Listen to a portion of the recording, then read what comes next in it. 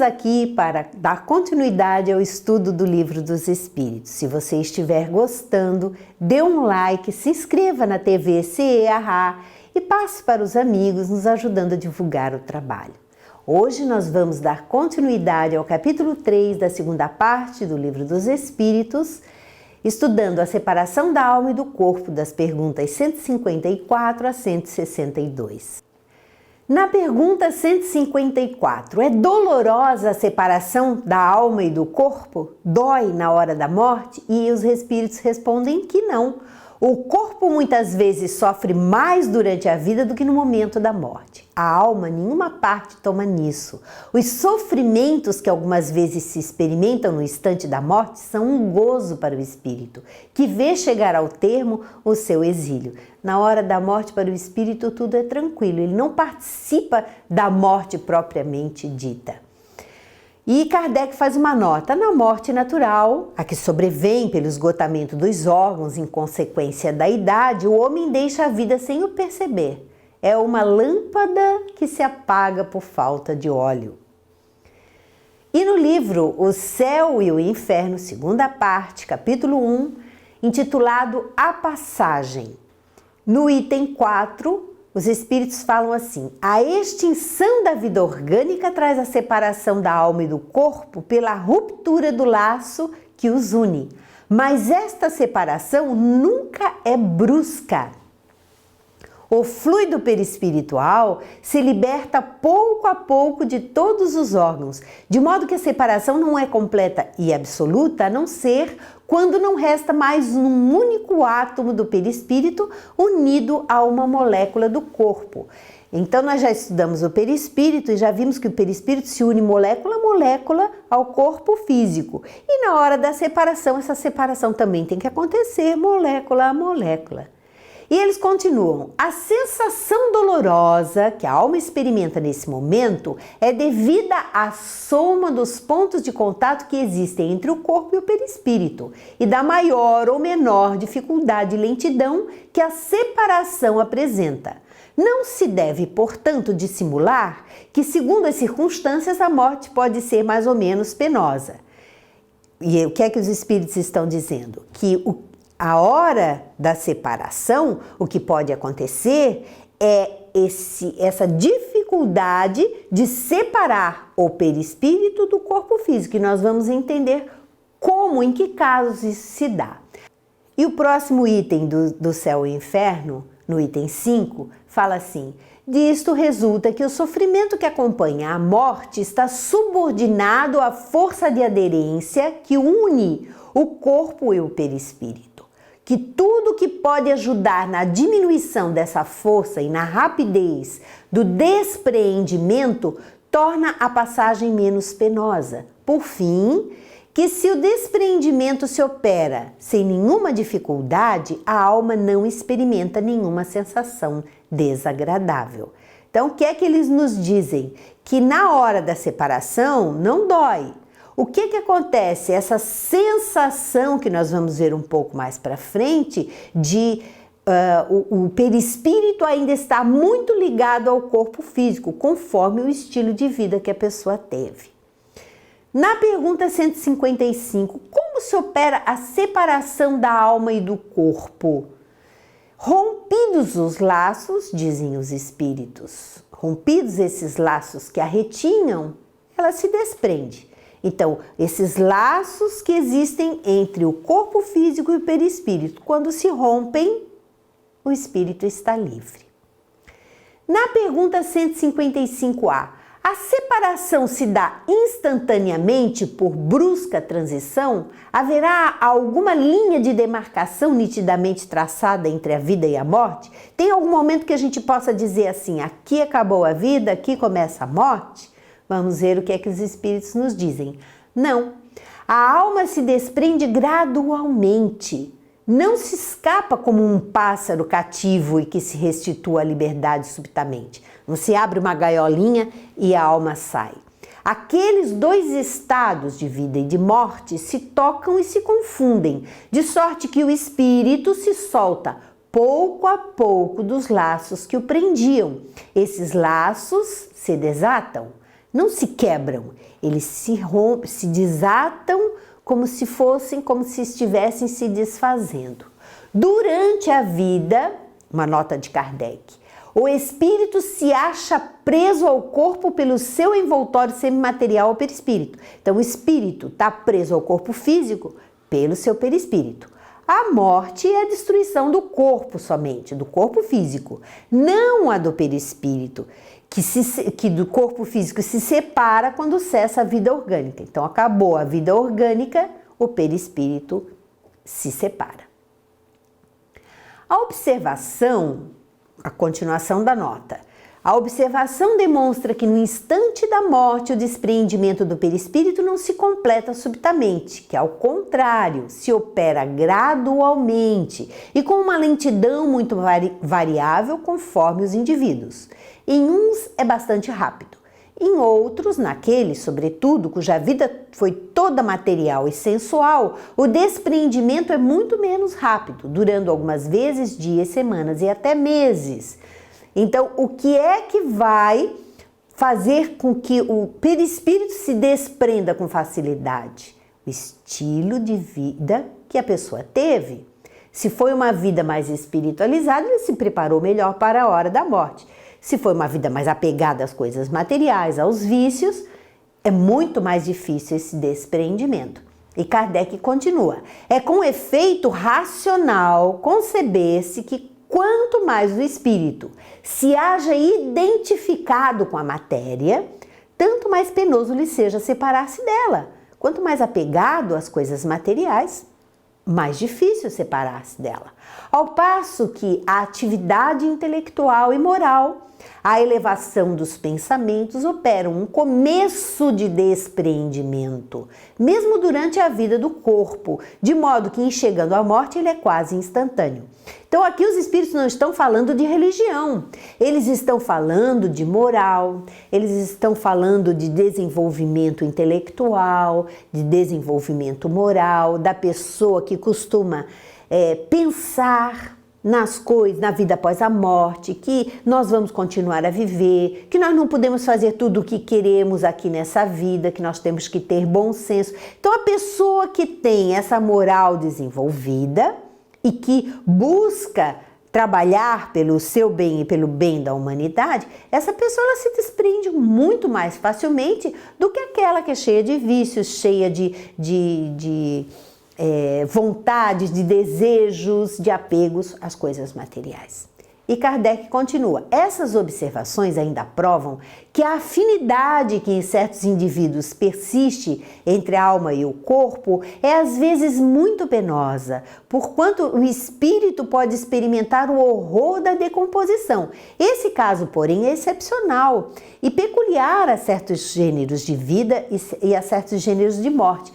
Verifica-se em alguns suicidas, então em alguns que não tiveram, que romperam abruptamente a sua vida, esse desligamento é muito mais difícil do perispírito com o corpo físico.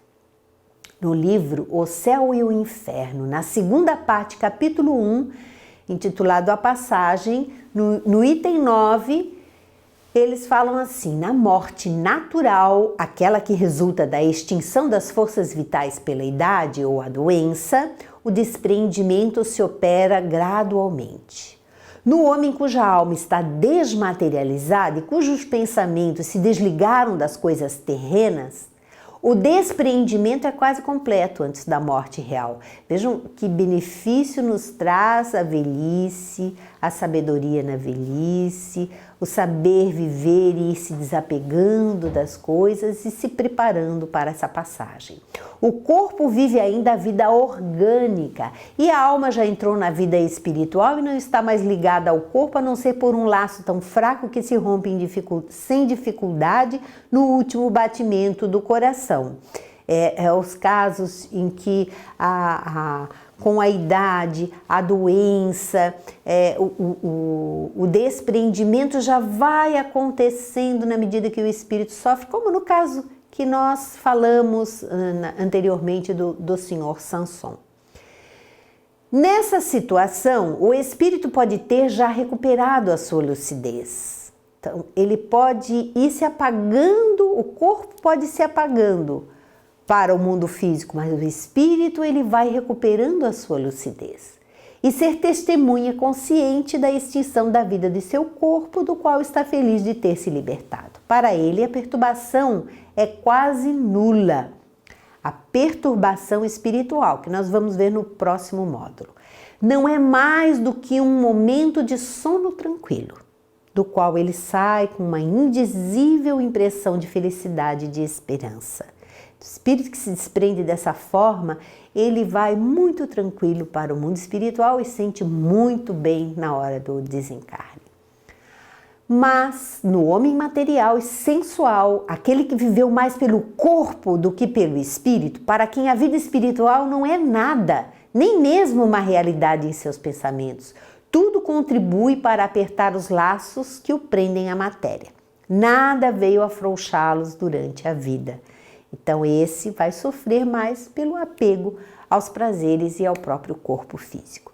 Na pergunta 156, a separação definitiva da alma e do corpo pode ocorrer antes da cessação completa da vida orgânica?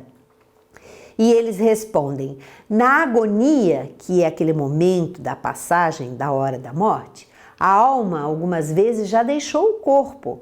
Nada mais há que a vida orgânica. O homem já não tem consciência de si mesmo, entretanto ainda lhe resta um sopro de vida. O corpo é a máquina que o coração põe em movimento. Existe enquanto o coração faz circular nas veias o sangue, para o que não necessita da alma. E lá no mesmo item, a passagem do céu e inferno, eles falam assim, com a aproximação da morte, o despreendimento se opera também por graus, mas com esforços contínuos. As convulsões da agonia são um indício da luta travada pelo espírito que, por vezes, quer romper os laços que lhe resistem e outras vezes se agarra ao seu corpo, do qual uma força irresistível o arranca violentamente, parte por parte. Então, essa agonia da morte são aqueles momentos que antecedem a morte. Algumas vezes, quando o espírito já está mais livre do processo, já é mais espiritualizado, ele quer romper logo essa ligação. E às vezes acontece o contrário, quando é um espírito mais materializado, aquele que viveu mais com apego para a vida material, este momento torna-se mais penoso, porque há uma maior dificuldade do desenlace do perispírito com o corpo físico. E na pergunta 157, no momento da morte, a alma sente alguma vez qualquer aspiração ou êxtase que lhe faça entrever o mundo onde vai entrar? E os espíritos respondem, muitas vezes a alma sente que se desfazem os laços que a prendem ao corpo. Emprega então todos os esforços para desfazê-los inteiramente. Já em parte desprendida da matéria, vê o futuro desdobrar-se diante de si e goza por antecipação do estado do espírito.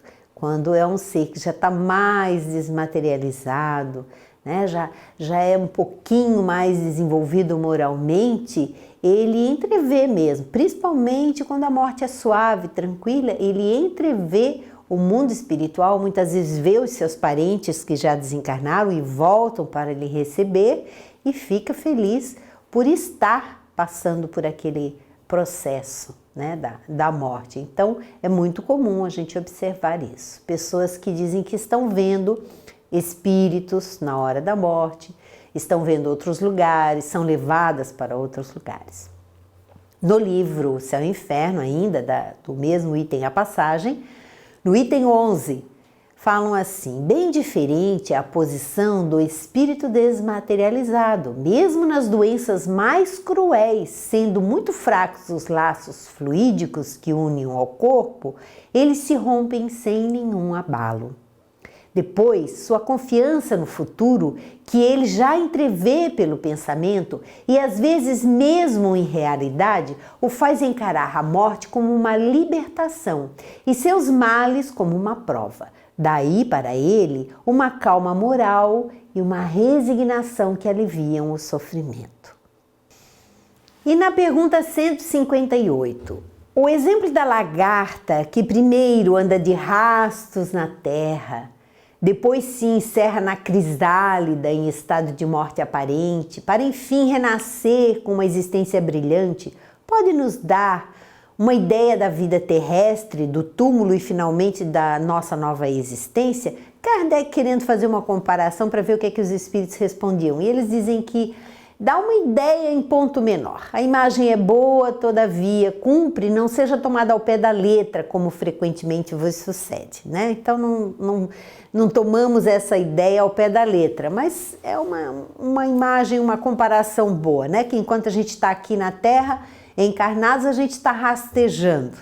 E que aí a gente se fecha numa crisálida para poder renascer para o plano espiritual, né? Que seria a passagem. Na pergunta 159, que sensação experimenta a alma no momento em que se reconhece estar no mundo dos espíritos? O que é que o espírito sente? E os espíritos respondem, depende se praticaste o mal, impelido pelo desejo de o praticar. No primeiro momento, te sentirás envergonhado de o haveres praticado. Com a alma do justo, as coisas se passam de modo bem diferente.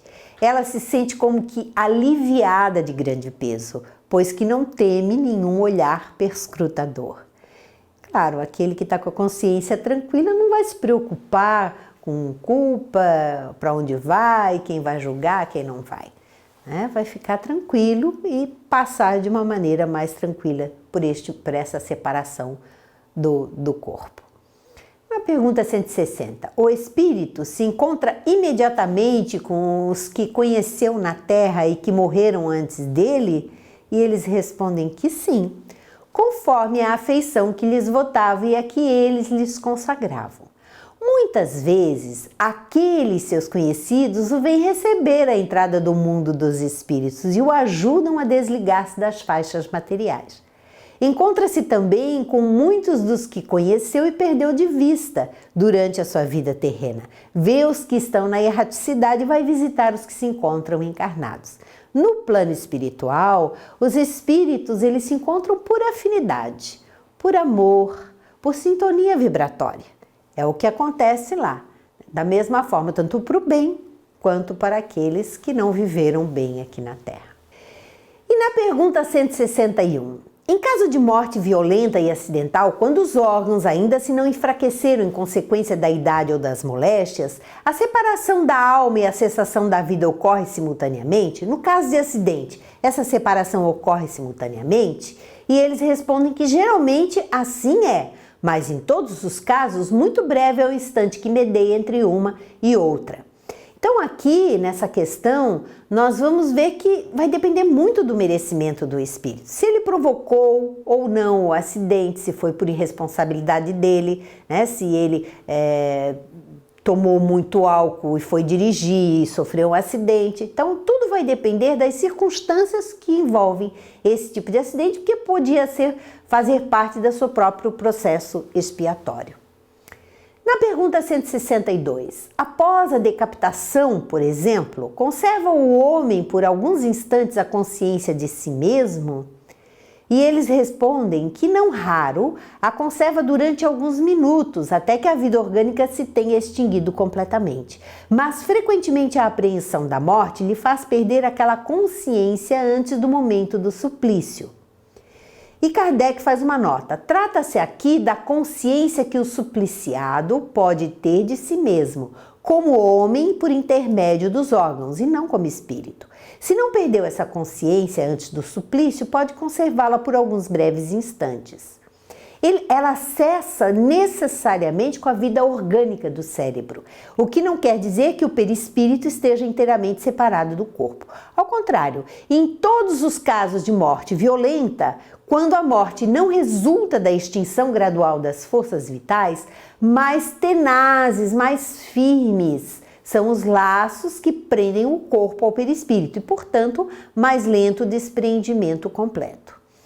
Nós vamos ver, então, que cada caso é um caso, mas que, independente de tudo, todos são amparados na hora do desencarne.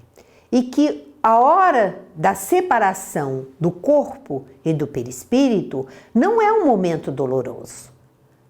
nós podemos ficar tranquilos, e quanto mais tranquilos estivermos nesse processo da morte física, melhor nós seremos ajudados e teremos condições de fazer uma passagem muito mais tranquila.